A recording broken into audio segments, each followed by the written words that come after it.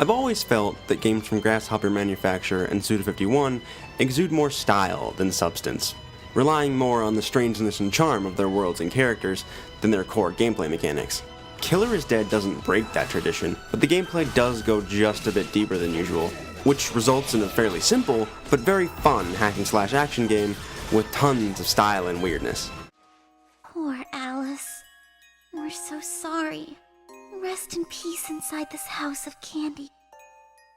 You'll assume the role of Mondo Zappa, a 35-year-old male from the United States who enjoys soft-boiled eggs and has a thing for the ladies. And he also has a blood-drinking sword and a biomechanical arm that turns into guns and drills and things in order to execute monsters. Wait, what? It's all for the sake of the game. The story goes from zero to insane pretty quickly, and uses an episodic structure to show the characters in all kinds of odd places and weird situations.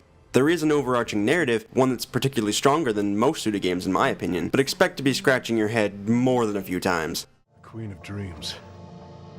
She must be playing tricks on me.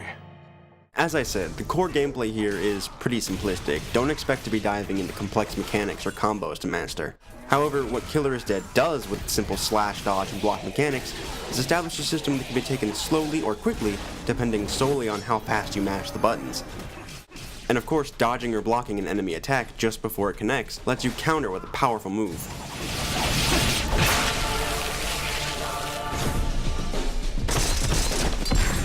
Moreover, Mondo's left arm can be used as a gun to take out weaker or more ranged enemies on the fly.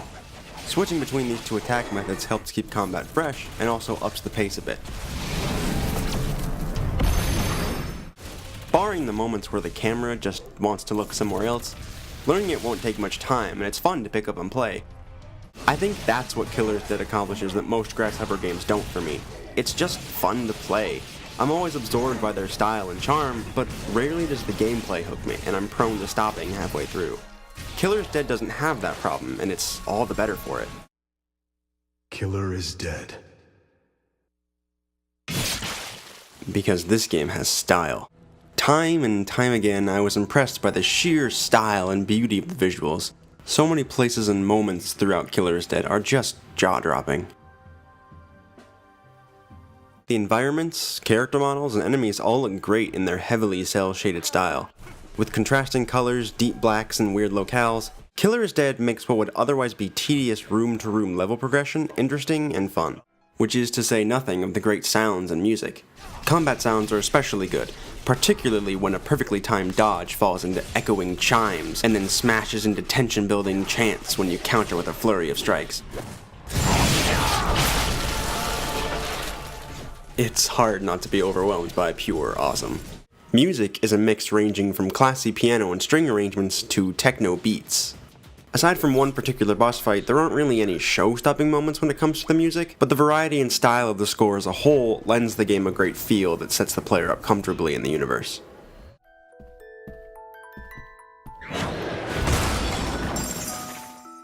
Alongside the main story missions, there are a host of side and challenge missions to be completed, most of which are repurposed story levels.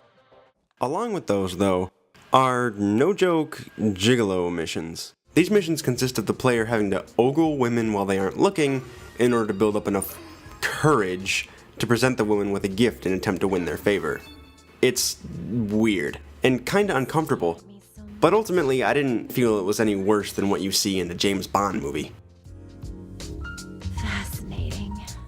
What makes these relevant is that successfully completing these missions awards you with side weapons Mondo can use in place of his gun arm, but these side weapons are in no way needed to complete the game, they just add a little extra flair and utility to the combat.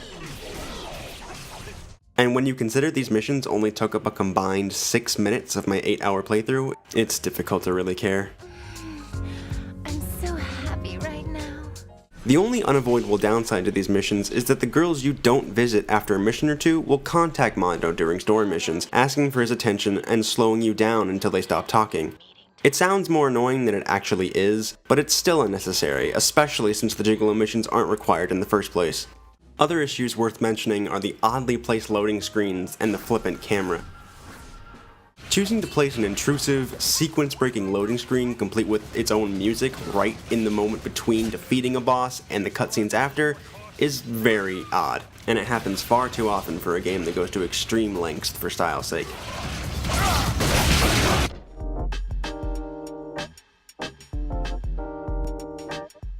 The camera, on the other hand, is much more critical, especially in tight spaces. There's no lock-on feature, so you'll be working with the camera a lot to keep the action in frame. It's not game-breaking, but expect to be adjusting it mid-combat to keep everything and everyone in view.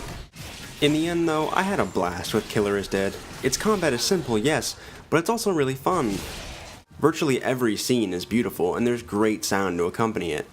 The camera certainly could have used some work, to be sure, and the load screens are placed in some very odd places. Gigolo missions feel awkward, but they didn't offend me to the point of outrage, and when you consider the time they take up as a whole, they're hardly worth complaining about. Killer is Dead Earns a 7.5 out of 10. Well, this is a monster. It's a monster. Right, a monster. We kill monsters! That okay with you? Say, do you think this game is ethical? That's none of my business. I just execute the jobs that are given to me.